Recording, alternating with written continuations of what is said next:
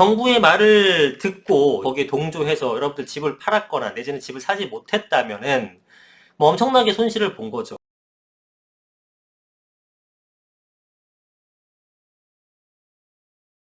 그 다음에 오락가락 어떻게 믿나 정부 말 듣고 서울 아파트 팔았다면 3년새 4억 2천 손실. 결국은 3년새 서울 아파트가 평균 4억 2천 올랐다는 거죠. 뭐 조금 더 핵심적인 있는 것들은 뭐 7억 8억 올라간 것도 많습니다. 3년 사이에. 자, 그렇기 때문에 정부의 말을 듣고 내지는 뭐 하락을 주장하는 분들의 얘기를 듣고 거기에 동조해서 여러분들 집을 팔았거나 내지는 집을 사지 못했다면은 뭐 엄청나게 손실을 본 거죠. 뭐 파신 분들보다 낫지만 안 산 분들도 그때 샀었으면 얻을 수 있는 기회비용이 이렇게 큰 손실을 갖게 되는 거란 말이죠. 자, 그래서 정부의 정책 뭐 3년 지금 김현미 장관이 집 팔아라 발언은 평균 4억이 올랐는데 이게 그 전체적인 금액으로 따지게 되면 어마어마하겠죠. 정부의 말을 믿고 아무것도 안 하신 분들은 진짜 좀 죄송한 표현이지만 벼락거지라는 얘기가 지금 계속 나올 정도로 그렇게 안타까운 상황이 돼버렸습니다. 자, 그래서 뭐 지나간 건 없었지만 여러분들이 앞으로라도 지금 현재 세상이 돌아가는 움직임을 정확히 간파를 하고 계셔야 되는 겁니다. 돈의 값어치가 엄청나게 떨어지고 있는데 돈을 주고 있는 것은 최악의 경우예요. 자, 문제는 이렇게 악수를 뒀지만 악수를 둔다고 정부가 손해보는 거 있습니까? 손해는 누가 봅니까? 여러분들이 보는 거죠. 양산된 수많은 선의의 피해자는 회복할 수 없는 손실을 입은 경우도 많다. 이거 뭐 어떡합니까? 요즘 정부를 상대로 소송을 할 거예요? 아니단 말이에요. 그래서 이제 결국은 본인들이 선택한 거기 때문에 이거를 어떻게 구제할 수 있는 방법은 없지만, 좀 안타깝죠, 진짜로. 예, 그러니까 정부를 무조건적으로 믿으시면 안 됩니다. 그러니까 정부가 잘하는 게 있고 못하는 게 있는데 부동산 정책은 정말 못해요. 못해요, 진짜로. 예, 못하니까 못한다고 얘기를 하는 겁니다. 잘하면 잘한다고 얘기를 하겠죠.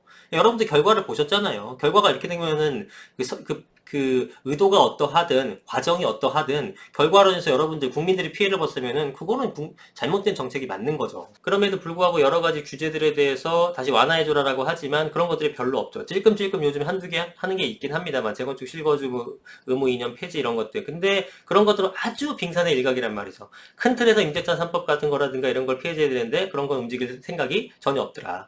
그래서 여러분들의 고통은 조금 더 가중되지 않을까 싶습니다. 자, 정부 정책에 협조한 이들의 피해가 입었다. 2017년 8월 김현미 국토교통부 장관의 내년 4월까지 집팔 기회를 드리겠다. 이거 듣고 분명히 파신 분들이 있을 거란 말이죠. 그때 당시에 2018년 4월까지 팔아라라고 했는데 그때가 7억 2천만 원이었습니다. 지금은 11억 4천으로 4억 2천만 원이 뛰었죠. 정부 말 믿으신 분들은 좀 굉장히 안타까운 상황이 돼버렸다는 겁니다. 근데 지금 정부의 어떤 여전한 스탠스는 뭐냐면은 여전히 투기꾼 얘기하고 있습니다. 네? 제가 여러 번 영상에 말씀드렸지만 투기꾼에 의해서 가격이 상승하는 거는 2019년도, 20년도 상반기 정도까지고 그때부터 70 대책이라든가 여러 가지 그 전의 규제들로 인해서 다주택들이 추가적인 어떤 그 매입을 할 수 있는 여건이 거의 없어졌기 때문에 그 이후에 상승하는 것들은 실수요자에 의해서 상승한다고 말씀드렸는데 정부는 뭐 안 듣죠. 예, 여전히 투기꾼만 잡으면은 뭐 집값 잡을 수 있다고 생각을 하나 봅니다. 그 다음에 실거래 허위신고 투기꾼 그런 허위 신고가 굉장히 많은 것 같다라고 올 초부터, 뭐 작년부터 언급을 했었습니다만, 얘기했었는데, 그 투기꾼을 딱 잡았다고 합니다. 예. 근데 이게, 저는 참 글쎄요. 자꾸 헛다리 짚는 것 같긴 한데, 이게 뭐 틀렸다라는 것이 아니라, 자, 내용을 한번 보죠.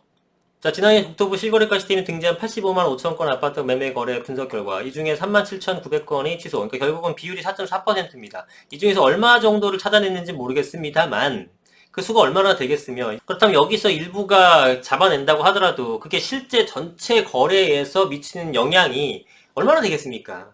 굉장히 작은 부분이잖아요. 그걸로 해서 전체적인 가격이 흔들렸다라는 것은 글쎄요. 지금 이런 거를 물론 이렇게 실제로 허위한 사람들을 잡아내긴 해야겠습니다만 가격이 상승하고 이런 부분에 있어서 이런 걸로 인해 가격이 올라간 거다라고 주장하는 거는 말도 안 된다는 겁니다. 아니 이게 진짜 뭐 85만 건이 됐는데 정말 몇백 건 아마 제가 볼 때 몇십 건 정도 잡아낸 것 같은데 그런 것들로 인해서 수십만 건의 가격 상승이 유도가 되었다? 말도 안 되는 상상이잖아요. 그래서 이걸 뭐 잡아내는 건 중요합니다만은 이걸로 뭐 투기꾼 지금 잡는 게 중요한 게 아니라 집값 안정이 더 중요한 것 같은데 모르겠습니다. 이런 걸 발표로 하게 되면 또 여러분들 확대 해석을 하는 분들이 굉장히 많아요. 역시 투기꾼 때문에 가격이 올랐어. 이러면서 또 이제 하락론자들 얘기할 텐데, 이런 거 믿고 여러분들 또 잘못된 판단을 하시게 되겠죠.